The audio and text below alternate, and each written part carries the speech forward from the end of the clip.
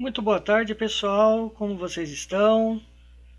A todos os amigos que acompanham nosso canal, acompanham nosso trabalho. Eu sou Murilo Garcia, mais conhecido como Dog Trader. E nós estamos aqui em mais uma saga para o CNPI, né? Primeiramente, boa tarde aí, Francisco, Juliano, Rivonaldo, pessoal que acompanha a gente. Queria saber se o áudio e vídeo está ok. Como está por aí?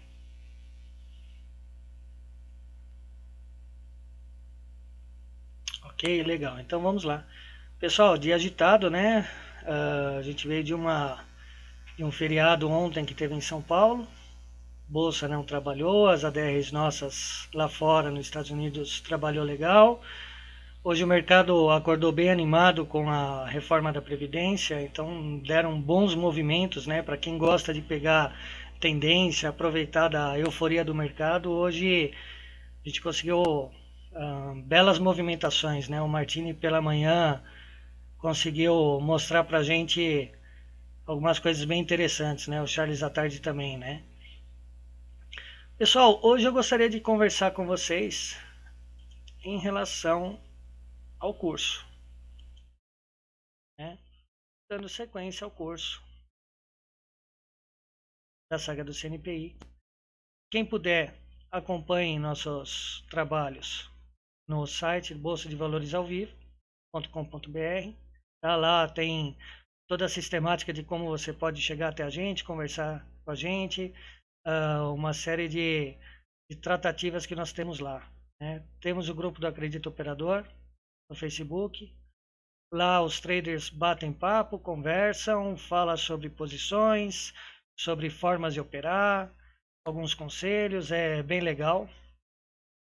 Temos o canal nosso aqui no YouTube, já atingiu a marca de 20 mil inscritos, né? Mais de 20 mil inscritos, cada vez mais crescendo, a gente trazendo esse educacional, trazendo mais gente para a bolsa, mostrando para o pessoal que existe uma outra forma de se trabalhar e mostrando a nossa visão, né? Todos os dias pela manhã, 8:30 da manhã, o Marcelo Peretti, que inclusive está aí no chat, boa tarde, ele faz o wake up, então ele mostra para todo mundo como o mercado dormiu, como acordou, quais são as principais notícias, o que deve de impactar de notícia no nosso mercado. Tem o Martini Neto, que ele fica tocando pregão ao vivo das 9 da manhã até aproximadamente meio-dia e meio. O Martini é analista CNPI aqui do canal. Esse é o meu canal do YouTube. Em todos os vídeos que a saga está propondo, depois disso eu vou estar subindo lá no meu canal. Se vocês tiverem alguma dúvida, algum conselho, alguma ajuda, pode me procurar lá no Face, a gente vai batendo papo. Pessoas vão me procurando lá para, às vezes, um pós-aula, ou às vezes o cara não entendeu ou não pôde acompanhar ao vivo, acaba acompanhando mais tarde, né?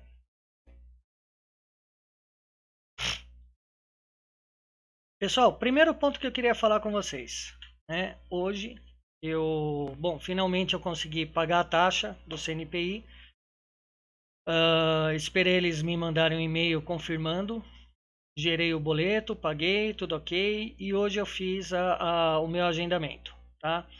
No primeiro ou segundo programa, lá atrás, a gente tinha conversado que você entrando nesse site da PMEC, precisaria ver em cada regional como funcionam as provas, né? Tem regionais que é semanal, e o que eu estava olhando hoje para agendar é quinzenal aqui em Santo André, tá? Então, pela Strong, que é a FGV, eu moro em São Caetano, e lá eu teria a possibilidade de fazer o exame dia 23 ou então somente dia 6.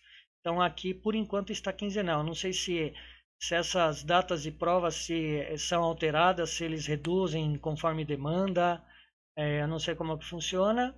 É a primeira vez que eu vou testar a prova. Tenho me preparado já há 4 meses especificamente para essa prova.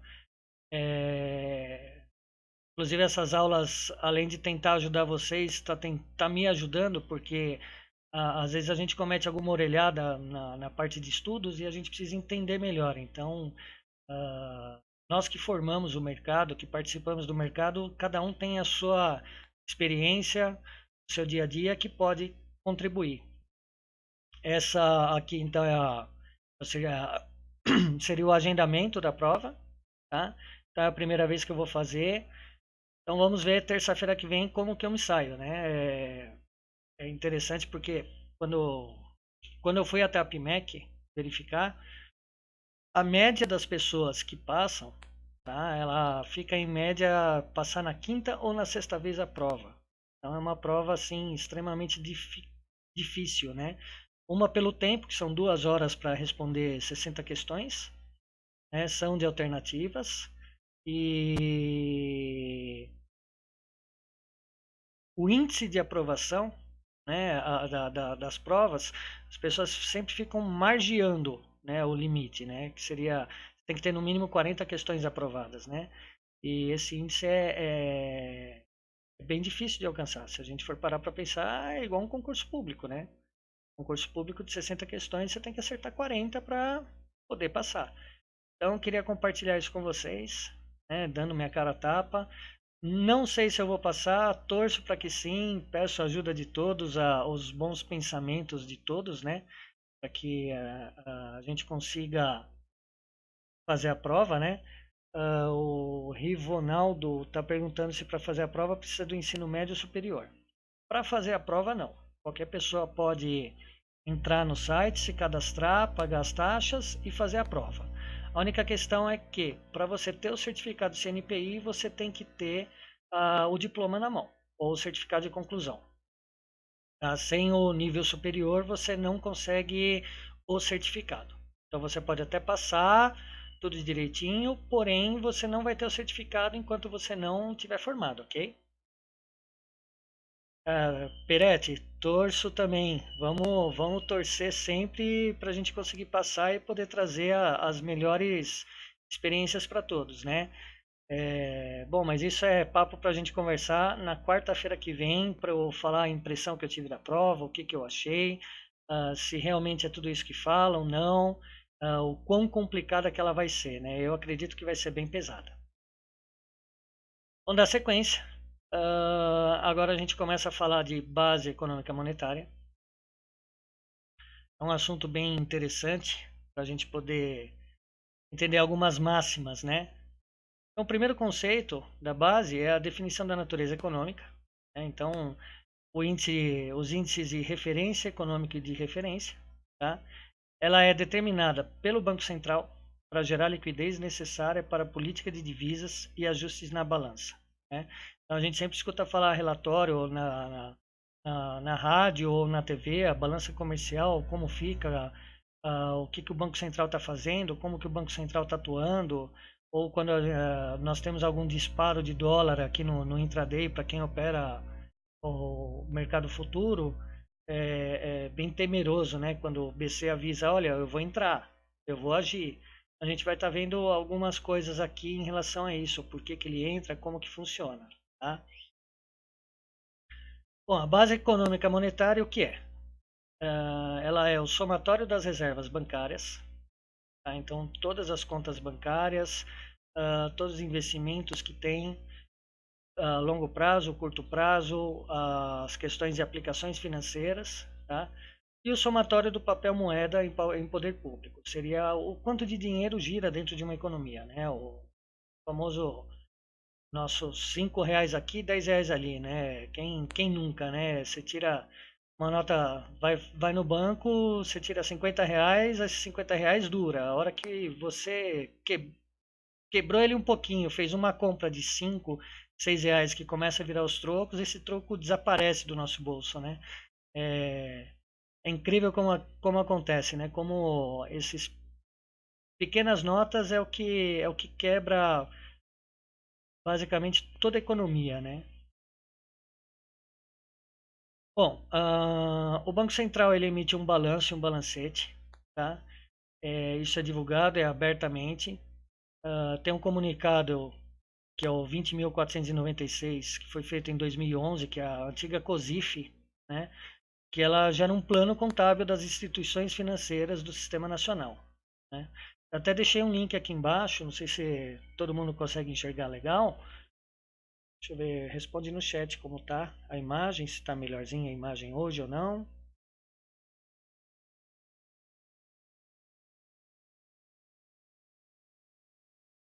Todo mundo enxerga o link abaixo?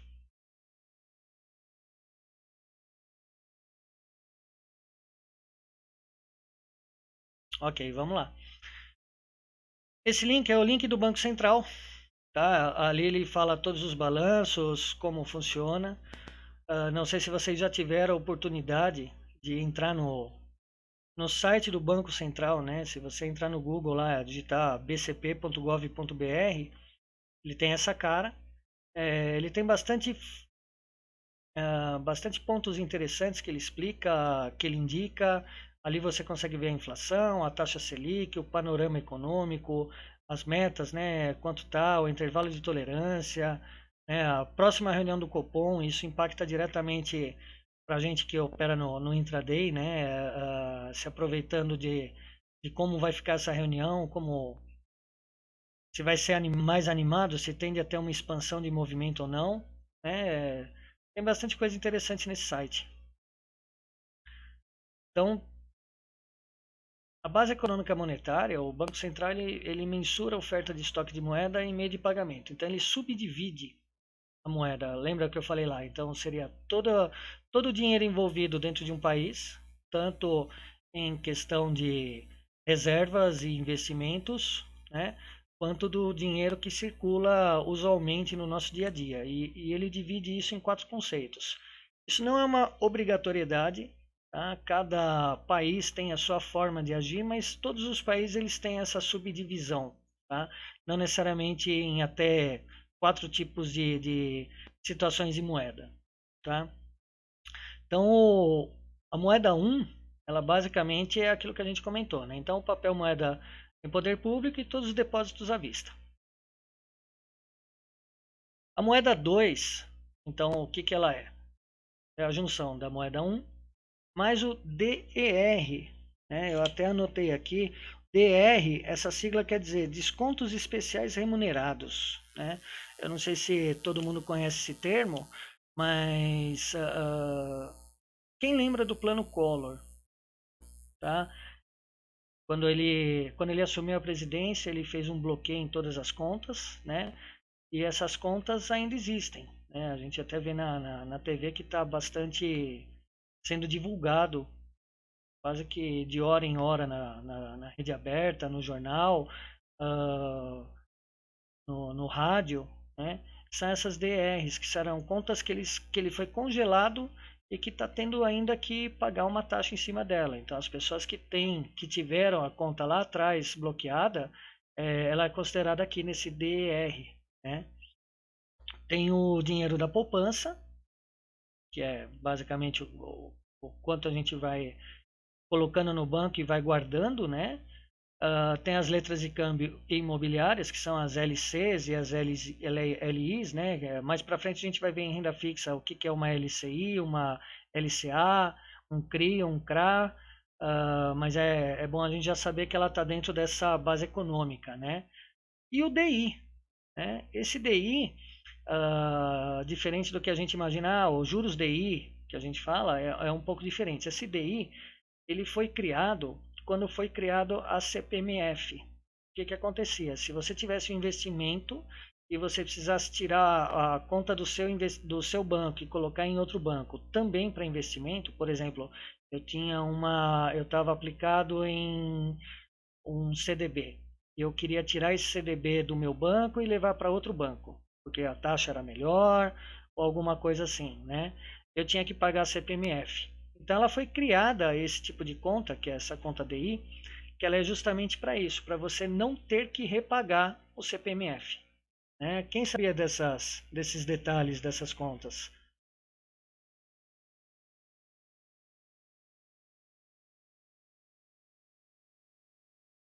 Vamos ver como é que está no chat aqui. É que tem um certo delay, são mais ou menos de 16 a 18 segundos da hora que eu falo até sair a imagem para vocês, né? Então o chat tem essa alteração. Legal, vocês não sabiam. São coisas que a gente não imagina, né? A gente sabe que tem, mas a gente não estuda a fundo isso, né? Mas é bem interessante. Tá? O M3, né, que seria um outro tipo de papel moeda que ele considera, né, ele conta o M1 e o M2, ele sempre vai somando, e aqui ele começa a contar as cotas de fundo em renda fixa. Tá? Então seria investimentos um pouco diferenciados a forma de operar ele, né? E as operações registradas no Selic, seria basicamente os títulos nacionais. E tem o MP4, o M4, né? Sempre lembrar, né? Quando na prova, né? Esses M's a gente pode lembrar do M1, M2, M3 e M4, lembrando como a evolução, né? Nós tínhamos o M1, que seria a primeira mídia, não sei quem lembra, bem antes do iPod veio aquele MP2, né? Que era uma agenda eletrônica que tinha também um arquivo eletrônico que você podia rodar o rádio, né? Aí veio o MP3, que você, além do rádio, além de um pendrive, você já tinha a situação de você poder arquivar músicas, né, digitais. E o MP4, que foi a evolução para, além de toda essa questão de pendrive, de música e de rádio, você também tinha a imagem, né? Então, quando lembrar lá na prova, né, se cair alguma coisa em relação a isso, é lembrar, né, o MP1, MP2, MP3 e MP4, né? Então, o MP4 seria o mais cheião de tudo, né? Então, o MP1 é o básico, seria a moeda como um todo no geral e o depósito à vista. O 2, que seria as contas do Collor, né, que ele bloqueou a gente naquela época, e as contas IDI, que seria a transferência, né, de investimento sem ter que pagar a CPMF, né? O MP3, que seria as cotas de fundo de renda fixa e as operações do Selic, né? E o MP4, que além de todos os itens anteriores, ele entra os títulos federais, os títulos estaduais e municipal, né? Um detalhe que eu queria voltar nesse mesmo slide, né, me manter um pouquinho nele, né? Quando fala em M2, essa descontos especiais remunerados, esse DER, né? Vira e mexe toda eleição é feita essa pergunta ao candidato, né? Podem reparar, Garotinho, muito tempo atrás, quando ele estava em plena ascensão, né? Eu não tenho lado político nenhum, não tenho nada contra nem a favor dele, né? Mas na época que ele estava bem cotado, um possível presidente, ele durante a campanha, né, a corrida pré ser candidato a candidato, eu lembro de uma entrevista que fizeram isso para ele, né? Perguntaram se as contas que o Collor congelou, se ele via isso como politicamente correto e se ele faria isso, né? Na época ele estava em ascensão nas pesquisas e ele falou que ele faria isso, né? Que ele acha que é totalmente legal e que se fosse necessário ele faria, né? Na época, distorceram tudo e fizeram um pandemônio na cabeça dele. Eu lembro que ficou uns 2, 3 dias passando em tudo quanto era jornal, tudo quanto era situação, e aí ele afundou. Né? Não sei se foi exatamente esse motivo ou não, mas é bem interessante, é bem recorrente esse assunto desse DER, né? Desses descontos especiais remunerados. Né? Quando nessa última eleição tentaram pegar o Ciro dessa mesma forma, e ele conseguiu explicar bem na época, né, como que estava, né? Então é bem interessante, a gente tinha que sempre tentar fazer analogias, né, lembrando o que é uma situação, o que é outra, porque na realidade esse conteúdo brasileiro ele tem uma sopa de letrinhas imensa. Então todos os itens eles têm subitens, subníveis, cada um faz uma coisa e para chegar lá na hora da prova e tentar fazer é complicado. Então a gente tem que sempre tentar criar as nossas analogias, né? Vamos ver como é que tá no chat, se está tudo ok. Ó, o Jorge tá aí, Manjubas na área. Isso aí, Jorge. Jorge faz parte do grupo de estudos que eu faço parte, né? Que a gente estuda análise técnica, estuda ações. É um grupinho bem legal, bem aprendo todas as vezes que a gente está lá. Acho que eu aprendo muito mais do que ensino, então é isso que é legal, né? Alguma dúvida até aqui, pessoal? Tá tranquilo? Legal, vamos dar sequência. Balanço de pagamentos. como que ele é feito. Tá? Por definição, é um instrumento de contabilidade nacional referente ao relacionamento do país frente aos outros países. Tá? Ele é divulgado pelo Banco Central mensalmente, então se vocês entrarem ali no site, no link que eu deixei ali embaixo, ele já avisa, ele mostra, é aberto, não é tão fácil de se aprender a interpretar ele, né? Mas basicamente nós temos algumas situações, né? Ele tem o TC, que seria as transações correntes, tem o CA, então ele é dividido em três partes, né? Transações correntes, o CA, que seria a conta de capital financeiro, e o EO, que seriam erros e omissões. O que seriam esses três tópicos, né? O TC, ele quer medir as transações comerciais em bens. Então é uma conta que eles fazem dentro do balanço, que ele vai pegar o saldo da balança comercial, o saldo do balanço serviço e mais as transferências unilaterais. Lembra? Quando nós estávamos falando lá de transferência unilateral e bilateral, é que quando o país manda para fora, ele pode ou não receber esse dinheiro também de transferência. Então, quando eu envio sem ter a contraparte, seria uma transferência unilateral, né?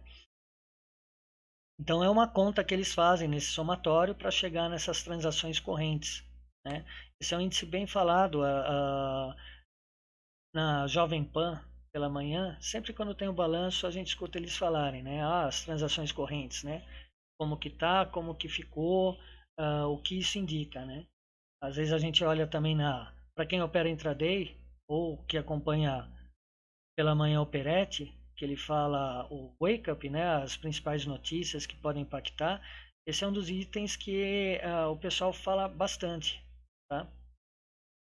Nós temos o CA, que seria a outra parte do balancete deles, que seria a conta capital financeiro. O que, que é isso? Eles pegam o saldo financeiro da transferência de patrimônios de nações e investimento direto em carteira, ou seja, investimentos de longo prazo, médio e longo prazo, que todas as empresas fazem dentro do país. Então, seriam os serviços do dia a dia.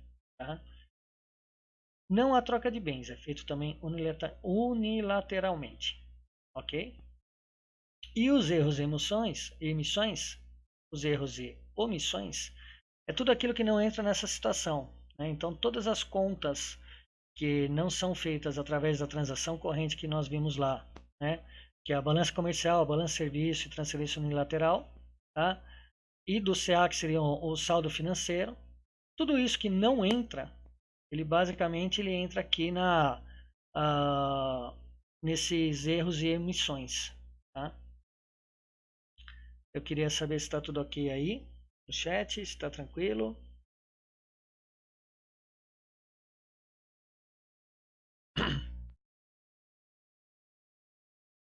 Ó, o Martini está por aí também, nosso analista, legal, Martini. Parabéns hoje, hein? Você pegou em cheio. Né? Quero mais o superávit, eu também. Todos queremos, né? Legal. Pessoal, hoje o que eu teria para comentar, não acho que está muito cedo, vamos dar sequência, então vamos lá. Taxa de câmbio, né? Vamos entrar nesse tema. Né? Taxa de câmbio, a definição, é o preço de uma moeda estrangeira medido em unidades ou frações, centavos da moeda nacional. Tá? Se nós entrarmos também aí, tem um link que eu deixei embaixo na descrição do vídeo. Tá? Não sei se vocês já acessaram essa parte, mas toda vez que a gente fala em taxa de câmbio, a gente pensa dólar, quanto que vale o dólar, quanto que vale o nosso dinheiro, é basicamente isso. Seria quanto de moeda nossa nós precisaríamos ter para equivaler a uma moeda externa. Então, por exemplo, o dólar que está 3,50, então nós precisamos R$ 3,50 para comprar um dólar. Tá? Outro detalhe interessante da taxa de câmbio, né? Todo mundo que vai para fora, faz uma compra fora, uma compra em dólar, a gente fica assustado, porque tem que esperar a fatura vir para ver quanto que ficou, né? Ou quanto que foi a compra, né? E tem uma circular que ela foi feita, essa 3.918 de 2018, que ela rege o cartão de crédito. Então, a partir de 1 de março de 2020, ela vai entrar em vigor. O que acontece? Hoje, se você efetua uma compra lá fora, via cartão de crédito, você só vai saber exato qual o valor que você vai pagar em real quando fecha a fatura. E quando você tem um dólar paradinho, quietinho lá, descansando, tudo bem, você está tranquilo. O problema é que em momentos de euforia, que nem nós estamos vivendo desde a pré-eleição até agora, o dólar tá uma barata voa para tudo quanto é lado, né? Ele tá para cima, para baixo, você não sabe como tá. Então, a partir de 2020, vai ser feita uma alteração. É lógico, essa alteração você vai ter que entrar no site do teu banco, autorizar e ver como que você quer. Que é o seguinte, você vai poder escolher se o valor do dólar vai ser efetivado do dia que você fez a compra ou se você vai esperar até a data do vencimento da fatura, né? Então é interessante, por exemplo, se você estiver fazendo uma viagem ou fizer uma compra no exterior, site externo, né? E você comprar pelo cartão de crédito, você já vai ter esse poder de decisão. Se você quer usar aquela taxa do dia, referencial, ou se você vai querer utilizar a taxa de fechamento da data do cartão de crédito, né? É interessante para a gente que opera, até para começar a entender, né? Basicamente, os cartões de crédito, eles fecham entre o dia 15 e o dia 19, né? Então, essa faixa de preço, lá em 2020, lembrem, né, quem ainda estiver no mercado, quem estiver operando, espero que todos cada vez estejam mais e estejam trazendo mais gente para o canal, vai ser muito interessante a gente ver a questão dos fechamentos do intraday, né? Os fechamentos de ajuste do dólar nesses dias, né? Se você pegar historicamente e começar a comparar, como vai ter essas alterações, né? Hoje em dia a gente tem algumas pessoas que trabalham por nuances, né? Então a pessoa vai já com um viés dizendo, olha, nessa data do dia 15 ao dia 19, o dólar tende sempre a subir, tende sempre a fechar até um ajuste de preço maior, né? E eles fazem algumas analogias em relação a esse fechamento de cartão de crédito. Então tem muita gente que opera nesse sentido, são formas de operar.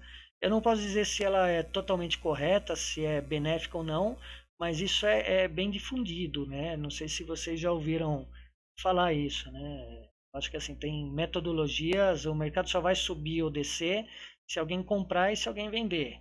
Então eu não trabalho por essa analogia, mas é uma questão até interessante, né? E faz um certo sentido. Então a gente precisa ver em 2020 se isso vai continuar ocorrendo ou não, né? Quem sabia disso por aí? Dessa liminar, dessa circular que vai ter, né? Que foi aprovada em 2018. É, o Martini com certeza sabia. Isso é bem interessante, né? Legal. Bom, taxa de câmbio é a política cambial. São três principais tipos de taxa de câmbio. Então, nós temos a fixa, a flutuante e a flutuação suja, né? É aquilo que eu falei, tudo são subníveis, né? Os sub-subs do vice-vices, né? Então a gente tem que, como analista, você tem que, lógico, profundamente você não vai entender tudo isso. Eu acho que é um, basicamente uma faculdade de economia, você não aprenderia tudo isso, indo a fundo. Mas pelo menos a gente tem que saber o que é, como funciona, né? Como que funciona a sistemática dele, né? As principais taxas de câmbio que tem hoje no mundo como um todo, falando em fixa, o que é feito? Ele atrela o poder de compra a uma moeda estrangeira. Então, ele equivale, né? Não necessariamente seria um para um. No passado, nós tivemos lá na época do Fernando Henrique que o dólar chegou a estar valendo um para um, era lindo, né? Até que o primeiro tranco que deu, nós fomos lá para quase R$ 5 o dólar na época, né? Foi, foi bastante interessante o movimento na época. Mas voltando aqui no fixa, taxa de câmbio fixa, normalmente o país ele escolhe seguir uma política econômica de um outro determinado país e ele tem muita reserva nacional para poder equilibrar essa balança, tá? Fixa que eu pesquisei, somente Hong Kong trabalha com fixa no mundo inteiro, tá? Ela usa a política americana dos Estados Unidos, então a comparação são 7 dólares Hong Kongs para $1 americano, né? Então são 7 papéis moedas Hong Kong para um papel moeda americano. E ela segue exatamente a política americana. É lógico, ela tem que ter uma reserva muito grande de dinheiro, porque ela não vai poder querer controlar a taxa de juros, né? Se ela tentar controlar, vai entrar em colapso, tá? Mas ela segue essa analogia. Nós temos a flutuante, que é quando o país deixa o mercado seguir sua flutuação normal, não importa se está subindo ou caindo o dólar, ou subindo ou caindo a exportação, ele vai ter medidas para controlar, mas não para segurar, tá? E nós temos a flutuação suja, que é basicamente o que o Brasil faz. Aqui na América do Sul, o Brasil e a Argentina fazem esse tipo de flutuação suja, né? O que é isso? Ele deixa a moeda andar, respirar, ter seus movimentos de altos e baixos, não tem problema nenhum. Só que quando ele vê que está saindo fora do controle, o que ele faz? Ele vai lá e intervém. Então, quem opera principalmente day trade costuma ver muito isso, né? É anunciado, o BC, Banco Central anuncia, ó, vou intervir na taxa no juros, vou intervir no dólar, né? Um pouquinho antes dessa última eleição que nós tivemos agora do ano passado, presidencial, isso foi divulgado inclusive até no Jornal Nacional, né? Quando você vê lá o William Bonner falando que o Banco Central anunciou que vai intervir no, no, no dólar, foi bem interessante, porque o Banco Central avisou. O dia seguinte, eu acho que foi o dia a maior queda do dólar que eu pude acompanhar, acho que desde 2017, desde 2016. O dólar, do momento que ele abriu até o fechamento dele, ele caiu exato 126 pontos, né? Eu estava operando no dia, aproveitei, surfei um pouco dessa tendência, né? Mas foi assim bem gritante. E sempre tem aquela barreira psicológica, né? Quando a gente pensa, quando o dólar batesse R$ 4, o Banco Central ia intervir. Então tinha até o setup do BC. A gente estava esperando o dólar bater numa zona de conflito, né? Uma zona de resistência de preço psicológica, por exemplo, 4, 3,50, 3,90, esses números redondos, esperando a atuação do Banco Central, né? E ele não vinha, não vinha, não vinha. Quem tentar operar contra o BC naqueles dias passou um calor assim violento. Ele entra derrubando, não tem margem, não tem tempo. É lógico, tudo isso é avisado, né? Se vocês entrarem no Banco Central, ele comunica que ele vai entrar com os swaps dele, né? Que chama, são ofertas de dólares ao mercado ou compra de real. Então ele tem essas duas sistemáticas que ele pode fazer. Então ele pode tanto aumentar a condição de dólares ofertados, quanto ele pode comprar os dólares, né? Então ele pode tanto vender quanto comprar. E a grande vantagem dele é que ele não tem tempo para executar. Então ele efetua a compra, e ele pode daqui a um ano querer se desfazer dessa compra, desse lote de compra ou esse lote de venda, né? É diferente da gente, que a gente sofre aquele ajuste diário e pega aquela especulação intraday, né? De 5 minutos, 10 minutos, 2 minutos, né? Vocês sabiam disso, dessa parte de flutuação? Como, como que os mercados reagem, né? Como que tá por aí?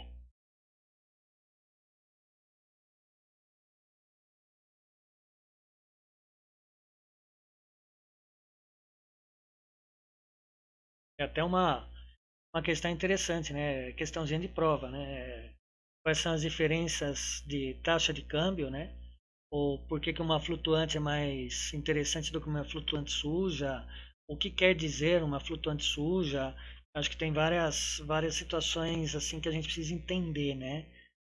Como eu disse, eu vou fazer a prova terça-feira que vem, eu não tenho muita noção exatamente do que cai. Eu bati um papo com o Martini, com o Charles, com alguns outros amigos que fizeram o curso, as provas do CNPI recentemente, e assim, cada um conta um crocodilo para mim, né? Então vamos ver como vai ficar. Eu tô com medo, mas vamos ver como é que vai estar, né? Eu acho que indecisão a gente sempre vai ter. Que nem um trade. A partir do momento que você entrou nele, você já está dentro dele. Deixar, você fez a sua análise, é, esperar ir no alvo ou você tomar o seu stop, né? Acho que o estudo é também para isso. Felipe, obrigado, cara. Obrigado. Obrigado. Espero que todos que estejam acompanhando aqui, que quem for fazer a prova também, comenta no chat ou pós o vídeo, né? Comenta lá no nosso canal do Facebook, no meu canal do Face, para a gente poder trocar ideia, né? Quem sabe no dia da prova tem algum amigo lá também fazendo, que está acompanhando os estudos, que está se dedicando, que quer buscar uma certificação nesse mercado, né? Voltando lá, a taxa de câmbio e a política cambial, né, como eu disse, a interferência é feita pelo Banco Central, tá? O Brasil utiliza de uma flutuação suja, então eu até preparei essa tabelinha, né? Quando a gente pensar que a taxa de câmbio subiu, né, o que acontece com o nosso valor de moeda, né, o nosso real? Ele deprecia e desvaloriza. Quais são as atitudes que normalmente o Banco Central faz quando a taxa de câmbio sobe? Então ele vai tentar entrar no mercado, ele vai vender dólar ou ele pode reduzir a taxa de juros. Tá? São essas duas sistemáticas que ele tem. Normalmente ele intervém primeiro lá no intraday, começa a aportar volumes financeiros de venda de dólar para tentar segurar isso. Se ele não conseguir, ele vai ter que reduzir a taxa. Né? Então é um dos indicativos quando nós pensamos assim, o Banco Central está intervindo. Pô, se explodir e ele não conseguir segurar o rojão que ele gostaria, pode ter certeza, né? Segundo passo que ele tem que dar é reduzir a taxa. Reduzindo taxa é o que nós vamos vendo, né? A taxa Selic cada vez mais caindo, os títulos de renda fixa cada vez rendendo menos. Eu acho que até por isso que traduz um pouco da euforia que nós estamos tendo na bolsa e o volume financeiro que está entrando, apesar de ser ainda pequeno, né? Por parar para pensar, nós temos 1 milhão de CPFs registrados na bolsa, ativo na bolsa, né? Um pouquinho mais de 1 milhão, para 200 milhões de CPFs no Brasil. Então é um índice ainda muito pequeno, o volume ainda é muito pequeno, mas essa política de taxa de juros cada vez descendente, isso vai trazer cada vez mais pessoas aqui para a bolsa para poder operar, para poder tirar um dinheiro a mais ou uma rentabilidade maior, né? Eu não digo viver de trade, porque não é para todos, né? A gente acompanha sala já há algum tempo, conheço bastante gente e a gente sabe que é difícil, né? A especulação é muito mais a nossa cabeça do que propriamente dar certo ou dar errado, né? Mas tem várias sistemáticas para se operar em renda variável, né? Não necessariamente você precisaria fazer day trade, tem uma série tem estômagos, né, diferentes, né? Outra coisa do taxa de câmbio, quando ele cai, ou seja, nossa moeda valorizou, tá? Então tem até esse termo, né, deprecia e aprecia, né? É difícil você ouvir falar em apreciar, né? Normalmente a gente só deprecia, então deprecia um bem. Então lembra taxa de câmbio, se cair alguma coisa de prova, tentar fazer essa analogia, né? Igual um carro. O carro quando você compra é um passivo, ele não é um bem, ele sempre vai ser um passivo, né? Ele nunca vai te dar dinheiro, ele sempre vai tomar seu dinheiro, então ele sempre vai desvalorizar, né? Quanto quando você pensa que o valor da moeda valoriza, ele está apreciando, então ele está cada vez mais se interessando. Tá? As atitudes que o BC toma quando a taxa de câmbio cai. O que ele começa a fazer? Ele começa a comprar dólar. Se não der certo, passo 2, ele começa a elevar a taxa de juros. Né? Então, toda vez que a gente escuta falar, a taxa de juros está em queda, a taxa de juros está em alta, pode ter certeza que o impacto direto é a taxa de câmbio. Né? Dentro disso, nós temos o superávit nominal e o primário. Então toda essa taxa de câmbio, todo esse balancete, ele vai falar que se teve um ganho ou uma perda no nosso mercado, né? O superávit primário, ele é um saldo de receita fiscal, menos os gastos públicos. Então ele vai pegar tudo que ele arrecadou, menos o que ele gastou. É uma conta relativamente simples, é lógico que existe uma série de papéis e listas que entram nesse balancete, né? Se vocês puderem voltar lá no Banco Central e poder ver esse balancete, é bem interessante. E tem o superávit nominal, que o que acontece? Ele pega o superávit primário, que seria esse saldo da receita fiscal, menos o saldo do gasto público, e aí ele coloca também um fator que seria os juros da dívida. Então, tudo que o país deve, tudo que ele empresta para os outros países geram juros que ele vai pagando mensalmente, e esses juros é contabilizado quando nós falamos em superávit nominal, né? Então, quando fala, também é outro indicador que fala, o superávit nominal, o superávit primário, a diferença que teve entre eles, né? Há pouco tempo atrás a gente escutou, ah, teve algumas lendas, né, que falaram, o Brasil acabou com a dívida externa, eliminamos nossa dívida externa. Realmente, na época foi um grande boom, só que foi feito um refinanciamento, né, e esse refinanciamento dificilmente alguém comenta, né, é bem interessante isso. Eu vou parar por aqui porque nós começaríamos agora a questão da riqueza das nações, a lei geral da demanda. É um assunto um pouco complexo. Deixa eu voltar aqui para minha tela. Né? Seria um assunto bem complexo, bem extenso. Acho que é mais válido amanhã a gente com a cabeça mais fresca começar a entender a outra parte das letrinhas de amanhã, né? Acho que todos os dias não dá para puxar muito, né? Apesar do programa ser de 1 hora, é muito item que a gente precisa entender. E se eu simplesmente ficar falando aqui, chega uma hora que fica quase que hipnótico, né? De tantos códigos, tantas situações, né?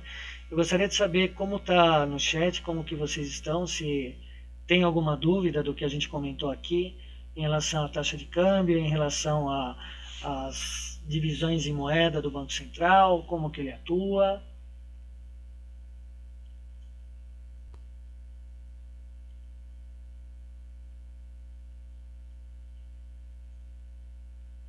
Gustavo, boa tarde. Legal, cara, sem problema. Mais tarde dá uma olhadinha, né? Que agora está ao vivo, eu não sei se você vai conseguir retroagir para ver o vídeo, mas assim que possível, assim que terminar a transmissão, a gente vai estar carregando nos canais. Aí você pode dar uma olhada. O Gustavo, inclusive, veio bater um papo comigo no Facebook, né? Para tirar algumas dúvidas, bater um papo, elogiar. Cara, tamo junto, vamos aprender junto. É aquilo que eu falo todos os dias, né? Eu não sou dono da razão. Eu estou mostrando o que eu tenho feito para estudar, quais são os tópicos, né? Mostrando sites, os caminhos para vocês poderem, quem tem interesse de se desenvolver nessa área, saber para onde ir, né? Aonde começar, onde procurar. Eu acho que o estudo leva a gente sempre para frente, né? Duas coisas que nós temos na nossa vida é o tempo, que é o principal motivo da vida, né? E a segunda é o conhecimento. Então a gente tem que aproveitar da melhor forma o nosso tempo e as pessoas que estão ao nosso redor. Eu acho que é isso que vai fazer a nossa evolução, né? Falando em tempo e evolução, eu gostaria, inclusive hoje, de estar falando. Não sei quem já acompanha o canal já há algum tempo, o Charles, o pessoal, né? Hoje o Júlio Afaz, que era companheiro do Charles na Rico Corretora, eles dividiam a sala de day trade avançado. Hoje é aniversário dele, então, Júlio, parabéns para você, um grande amigo. Eu acho que todos os dias a gente aprende com as pessoas, né? E você pode ter certeza que eu aprendo a cada dia mais contigo, cara. Você é fera, eu desejo muitos gains na sua vida. Parabéns mesmo, tá? Vamos ver se a gente marca um bate-papo aí. Tá legal? Pessoal, muito obrigado por hoje. É emocionante. O dia mal acabou, ainda tá, a reforma da Previdência está no Congresso, tem muita euforia no mercado. Quem trabalha com day trade pôde aproveitar bons movimentos que o Martini indicou pela manhã, que o Charles indicou. O Peretti já tinha avisado que estava bem eufórico o mercado, né? Vamos com calma. Quem não conseguiu se dar bem hoje, não tem problema, dentro da gestão de risco. Entenda mais tarde, abre o gráfico, dá uma olhadinha, vê o que estava, o que não estava. Tá com dúvida? Pede ajuda pra gente, conversa nas salas ao vivo que nós temos aqui no canal, conversa no YouTube, no próprio Facebook. Não acredita, nós temos um grupo que é o Acredita Operador do Face. Ali a gente pode bater vários papos, ajudar, um trade vai ajudar o outro. Eu acho que é o bem comum para todos, né? Então, desde já, muito obrigado pela companhia. Boa sorte a todos, bons estudos e até amanhã.